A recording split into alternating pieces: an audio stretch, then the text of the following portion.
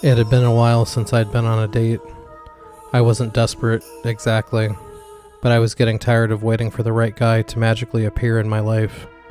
So like countless others, I turned to dating apps. The endless swiping had become a nightly routine, and the carousel of faces that blurred together, none standing out, until I found Eric. Eric was perfect. Too perfect. His pictures showed a chiseled jawline, deep blue eyes, and an effortless confidence that made my stomach flutter. He was charming in our chats, quick-witted, attentive, and most importantly, he actually seemed interested in getting to know me beyond the surface-level attraction. When he suggested meeting for dinner at a cozy little restaurant just outside of town, I said yes without hesitation. I arrived at the restaurant 5 minutes early, my heart thumping with nervous excitement. The place was dimly lit, intimate, with flickering candles on every table. The kind of place that made you feel like the rest of the world didn't exist. Eric was already there, waiting for me, and in person, he was even more stunning than his pictures. He greeted me with a warm smile, his hand lingering on my lower back as he guided me to the table. Everything was going well, better than well.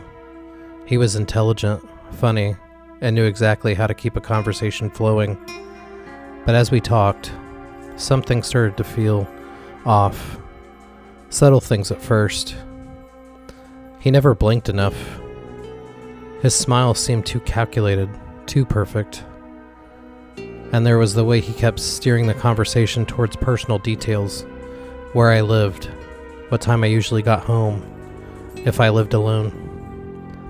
I brushed it off, telling myself I was being paranoid.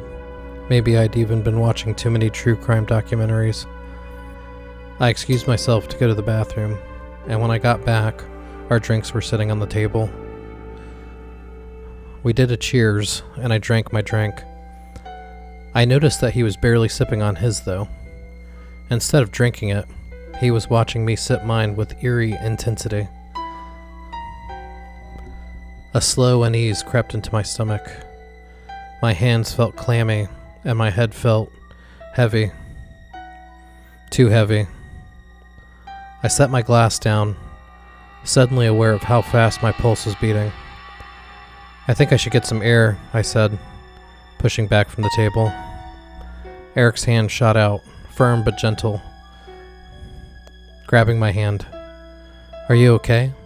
His voice was calm and soothing, but his eyes were studying me, observing. I yanked my hand away and stood. The room swayed. The candlelight blurred into streaks. Something was wrong. I stumbled towards the exit, forcing myself to walk as steadily as I could. My vision was tunneling, but I kept going. I kept pushing through the nausea and the confusion. My car. I had to get to my car. I felt him behind me, not touching me, but close, too close. I reached into my purse for my keys, but my fingers felt numb, useless. I fumbled, dropping them onto the pavement. As I crouched to grab them, I felt his breath on the back of my neck. Then everything went black. I woke up to darkness, but the suffocating, absolute kind. The kind that made you realize that you aren't where you're supposed to be. Panic surged through me as I tried to move, my arms restrained, my legs tied. Something was wrapping around my mouth, muffling my screams. Footsteps. Then his voice, calm, patient. "I was hoping you'd be different," Eric sighed. "You almost made it out. But don't worry, I like a challenge." A light flickered on, blinding me. I squinted, my heart pounding like a drum in my chest. I was in a small, windowless room. A basement, maybe. Tools lined the walls, neatly arranged, polished. Eric crouched beside me, tracing a finger along my jaw.